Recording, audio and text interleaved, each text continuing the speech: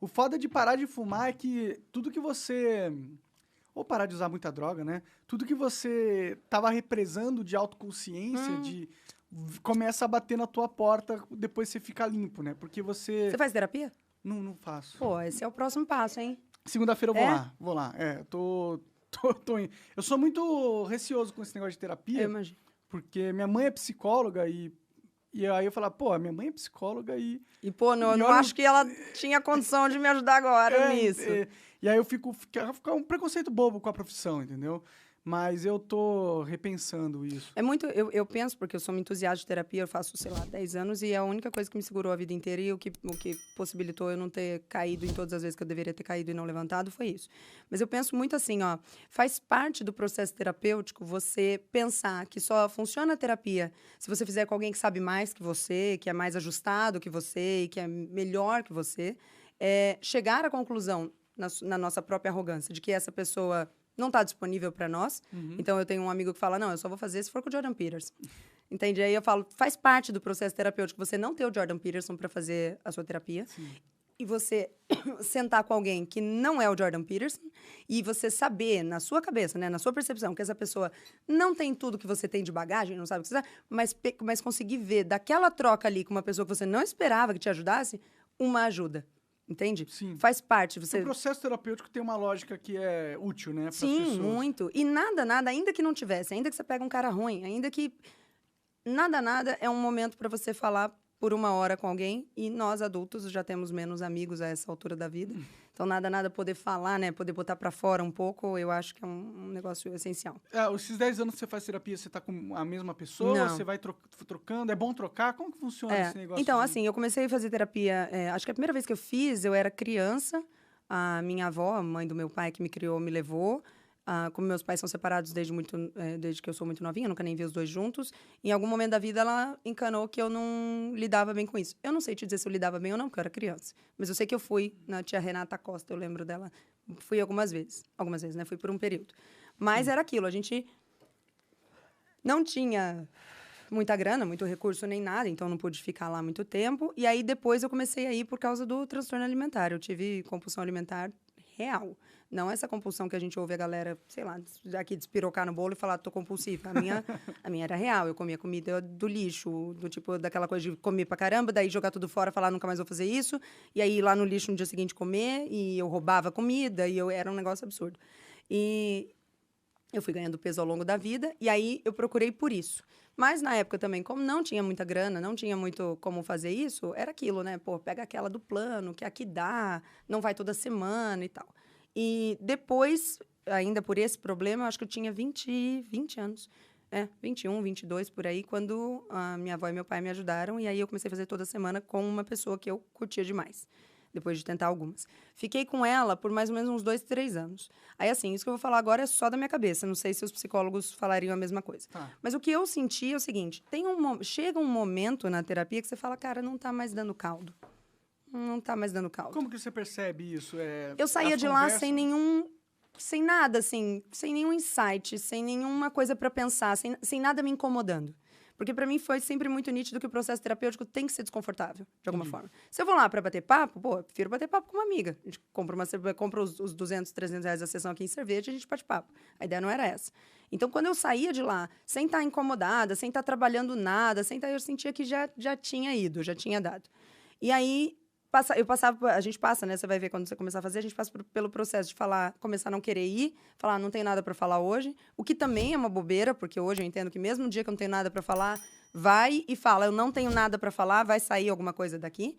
Mas, enfim, começava isso a ser muito repetitivo, aí eu via que eu estava pulando sessões demais, desmarcando muito e tal, e quando ia não estava legal, e eu falava, pronto, aqui já deu. Entendi. E aí ficava algumas semanas sem, alguns meses sem, e aí falava, vou procurar outro, porque não adianta, a corda aperta no pescoço, você fala, preciso. Você se apega à pessoa, depois você fica 0. 3 anos falando com ela? Eu, 0.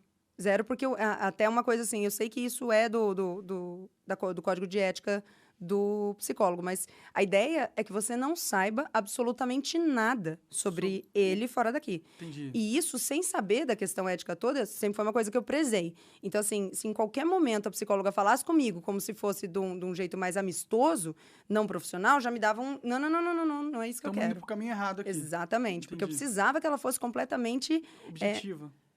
fora do contexto. Então, não teria chance de eu chamar minha psicóloga para uma festa. Vai ser o batizar de não sei quem. Ou, sei lá, na época não tinha redes sociais assim, do jeito que é hoje. E é uma coisa que é um pequeno preconceito que eu tenho. Eu não conseguiria fazer terapia com alguém que eu acompanho na rede social, que eu vejo na rede social e tal. Você vai começar a analisar ela, né? Isso, esse é o ponto. Porque em algum momento a gente fica tentado a falar, tá, tô falando de família. Como será a família dela? Entendi. E o ponto é, não importa como é a família dela. Porque não é o testemunho dela que vai me tratar. É o que ela sabe do ponto de vista técnico. Entendi. Então, aí, beleza. Eu fui trocando de tempos em tempos nessa medida de sentir assim. E quando o problema com o álcool e tudo mais pegou muito antes da pandemia começar, o meu psiquiatra me indicou uma psicóloga que eu tô até hoje e gosto muito. E eu nunca a vi pessoalmente, porque a gente faz online desde a pandemia, né? E funciona online Cara, legal? eu tinha um puta preconceito com isso também. Eu falava, não, tem que olhar no olho, ela tem que poder ver, sei lá, minha mão mexendo, seja o que As for. expressões, tá? Mas, cara, puxa, me dei muito bem, porque uma das coisas que quem faz terapia passa é aquela coisa de falar assim, nossa, hoje, pô, tem que me arrumar, tem que sair, tem que ir até lá. Entendi. São Aí 40 minutos São dirigindo. obstáculos, né? Exatamente. Então, eu já tive uma psicóloga, por exemplo, uma época muito boa, mas que era muito longe e realmente isso era uma questão. São Paulo, né? Porra. São Paulo, muito longe, é 1h30. Sim. E aí eu falava, não, cara, hoje não dá. E principalmente nessa época trabalhando pra caramba, não dá. Então a gente faz online, e aí, assim, o legal de fazer online é que eu posso fazer realmente qualquer parte. Então, tempos atrás eu precisei viajar, estava na estrada, dirigindo, boto aqui o celular, dirigindo, vou fazendo com ela aqui. Se tiver corrido, faço assim, não é o ideal, mas melhor do que não fazer. Sim. Se eu tô viajando, a gente liga online, eu faço de lá e funciona muito essa bem. é a beleza do online, né? Realmente é muito prático. Você pode fazer a Exatamente. hora que você quiser. E você tem todo mundo anda com o celular, né? Exatamente, então funciona. E aí, ao longo desses anos, então é o que eu te falei, hoje, só hoje, não 6 anos atrás, só hoje, do tipo, nos últimos 6 meses, eu, pela primeira vez, depois de 10 anos nessa, entendi que no dia que eu não quero ir, porque eu não tenho nada para falar, é para ir sim, porque dá. Entendi. E é do nada, é você falar, não tem nada para falar. E ela fala, não, beleza, e o que você fez hoje? Aí você fala, sei lá, hoje eu fui pra não sei onde, pô, esse negócio de trânsito é um negócio que me tira do sério. Pronto, ela já pegou aí. Entendi. Então vamos falar disso. Aí não é que ela vai tratar isso, mas é que na tua fala ela vai pegar alguma coisa ali que isso vai desenvolver a conversa toda de vocês e, sei lá, de repente, na loucura, você vê que uma coisa que você deixa transparecer no trânsito, na verdade, tem a ver com uma pira que você tem da tua infância que você já desenvolveu com o teu primo, sabe? Sei. Então é assim, o tempo todo. Vale muito a pena porque é alguém fora do teu convívio. Ela não tá te julgando, e isso é muito importante, porque por mais que você tenha um amigo que você ame muito, é impossível que você não tenha um pouquinho de medo, um pouquinho de pesar Porque com você o julgamento. Tem que conviver com ele também, né? Exatamente. Sim. E você pode botar a tua fraqueza ali, porque isso não... Porque é uma coisa que eu tenho muito. Como eu tendo a ter essa coisa de ajudar as pessoas à minha volta, eu normalmente vou ter receio de demonstrar algum tipo de fraqueza para um amigo, porque eu não quero que ele pense que essa fraqueza me impede de ajudá-lo em algo. Entendi. Entende? Entendi. Então, não é uma coisa de não mostrar a fraqueza por qualquer momento, por qualquer motivo de... Vaidade. É só porque eu penso, cara, como que eu vou falar para ele que eu tô nesse problema aqui, sei lá em casa, sendo que ele conta comigo para desabafar os problemas da casa dele. Eu não quero deixar de servi-lo. Entende o que eu tô querendo dizer? Entendo, mas não tinha que ser recíproco na amizade? Poderia, né? não. Eu nem tô falando isso como uma coisa boa. Tô dizendo que é um erro meu. Tá, entendi. Não, tudo entendeu? bem. E aí, assim, esse erro meu na terapia... Porque a pessoa lá não é sua amiga? Não é minha amiga. Não vai precisar de mim pra nada. Ela tá ali pra servir aquele momento. E já aconteceu de você pegar um profissional que não era legal? Porra, já muito. Esse negócio da compulsão alimentar, na época... eu tinha a compulsão e eu tinha, sei lá, 20 quilos mais do que eu tenho hoje. E eu não gostava do corpo que eu tava, eu não gostava da minha aparência. E eu nunca tive uma visão distorcida. Eu não me via maior nem nada disso. Eu não achava que eu era gorda, nada disso. Eu só não gostava daquele jeito e eu sabia que dava pra ficar como eu tô hoje. Porque o que eu queria não era uma coisa irreal. Eu não queria ter pernas de Gisele Bündchen. Eu sou baixinha, eu sou quadradinha, eu nunca vou ter. Não era isso que eu queria. O que eu queria era não estar daquele jeito. Então, quando eu procurava uma psicóloga e falava, eu não quero estar desse jeito, pô, eu passei por uma psicóloga que ficou naquela de me botar na cabeça, não, mas você precisa se aceitar desse jeito, Entendi. você tem que ficar desse jeito. Porque... E aí ela me mostrava, às vezes, a foto de alguém, olha aqui como ela é gordinha e tá na praia feliz.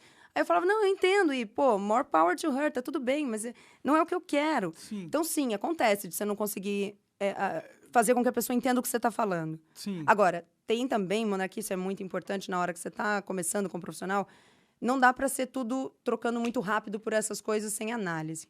Porque uma coisa é você sentar uma vez e falar, tá, por exemplo, nesse meu caso, pô, eu queria ser mais magra, a pessoa falar, não, mas... E aí você fala, tá, calma, eu vou tentar te explicar de novo, e de novo, e de novo, para ver se você não tá entendendo o que eu tô falando no geral.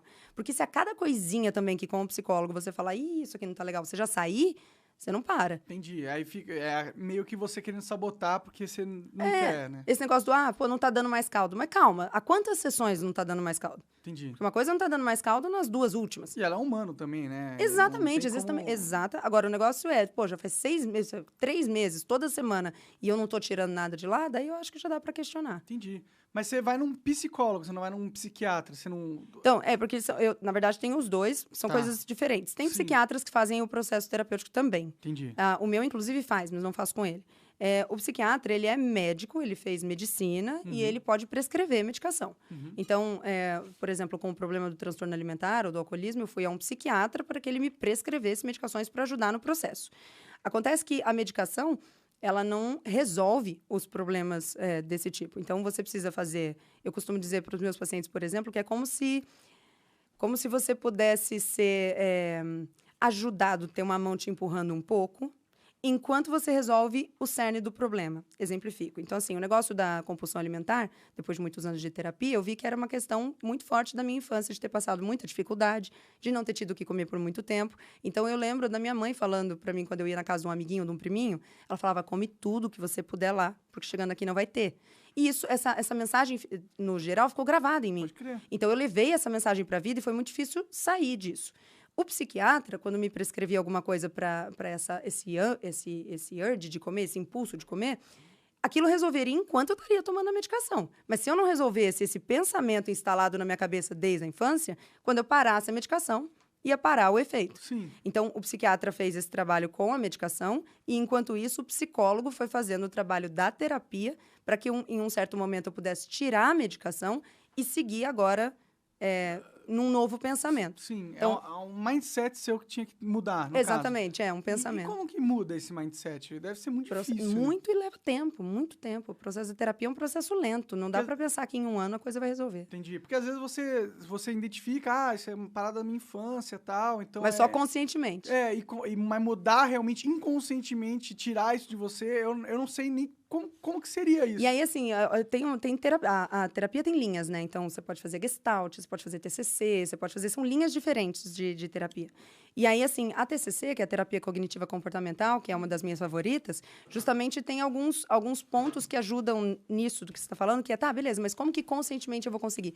Existem exercícios para você fazer na hora que você sente aquela crise chegando, para você tentar parar e pensar no porquê dela, para você poder esmiuçar o porquê que ela está acontecendo. Então, esses são alguns passos que podem ser colocados quando o psicólogo é dessa linha e ele te intenciona a fazer isso. Agora, existem outras linhas em que os passos são outros, em que o fundamento é outro. De qualquer forma, é um trabalho braçal. Realmente não é uma coisa de você deitar e alguém, sei lá, faz alguma coisa ali no teu ouvido e você acorda sabendo. Não, é braçal, tipo vivendo hipnose, cada...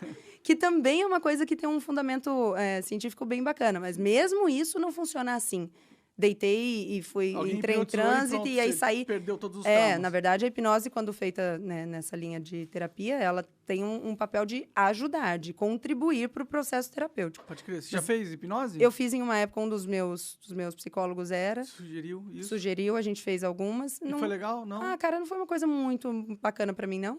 O que não quer dizer que ela não seja legal. Claro. Como qualquer medicação ou terapia, para algumas pessoas vai funcionar melhor, para outras não tanto. Eu fico... Então, na verdade, essas não, porque daí essas não têm um embasamento científico robusto. Mas a hipnoterapia, mas a hipnoterapia, sim, tem bastante. Não,